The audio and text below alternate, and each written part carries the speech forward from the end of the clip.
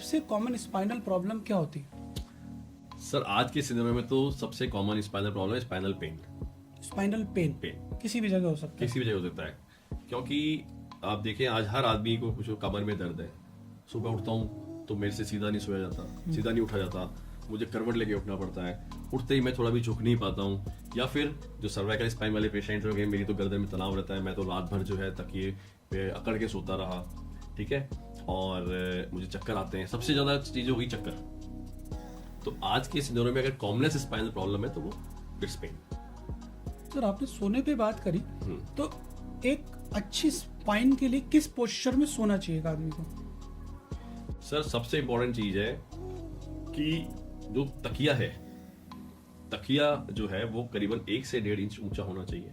उससे ज्यादा ऊंचा तकिया नहीं होना चाहिए। अब मैं तो 2 तकिए लगा के सोता बिल्कुल हूँ। गलत करते हैं साहब। अच्छा, 2 तकिए नहीं लगाने हैं, तकिया मोटा भी नहीं लगाना है, तकिया हटाना भी नहीं है।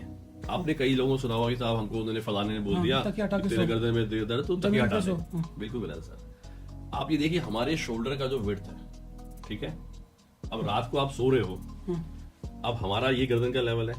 अब अगर तकिया आपने हटा दिया तो गर्दन रात भर लटकी पड़ी रहेगी। लटकी पड़ी रहेगी। तो हमारी जो मसल्स है सर्वाइकल की, वो रात भर एक स्पाज में या एक मतलब स्ट्रेचिंग में रात भर वो रही। अब आपने करवट ले ली, आप देखें ये इतना गैप है हमारे कंधे में, तो आपकी गर्दन रात भर ऐसे लटकी रही है। तो इधर की मसल्स में कितना तनाव आ गया। ओके, तो एक बेसिक नेक को सपोर्ट हमें चाहिए ही चाहिए, जो उसे रेस्ट कंडीशन में रखे।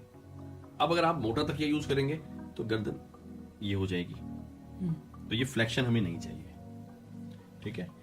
नॉर्मल जो हमारी गर्दन है उसका लॉर्डोटिक पोस्चर है, गर्दन हमारी यूं है। अब आप तकिया मोटा लगाते जाएंगे नीचे से तो ये रिवर्स हो गया। हम इसे बोलते हैं reversal of cervical lordosis. Okay, मतलब जो गर्दन जो नेचुरल पोजीशन है उससे उल्टी पोजीशन में आ गई या फिर स्ट्रेटनिंग खड़ी हो गई। तो डबल तकिया बिल्कुल नहीं लगाना है। कुछ लोग होते हैं जो हाथ को नीचे तकिए के लाके सो जाते हैं, ये भी गलत है, क्योंकि इससे हाथ की मसल भी रात भर इस पास में रही और गर्दन की भी रही, ठीक है। और दूसरा, तकिया बिल्कुल हटाने का कल्चर गलत है। तो तकिए का साइज मतलब मेरे हिसाब से 1.5 से 2 इंच आप अपने शोल्डर के हिसाब से जज करें, ठीक है, इतना काफी होता है। जितना आपका शोल्डर है हाँ, लगभग इतना तकिया आप यूज कर सकते हैं। तकिया जो है वो हार्ड होना चाहिए, सॉफ्ट होना चाहिए? सर जो है, जो रुई का तकिया हमारा कॉमन है, जो हम पुरानी रुई यूज करते हैं, दैट इज बेस्ट।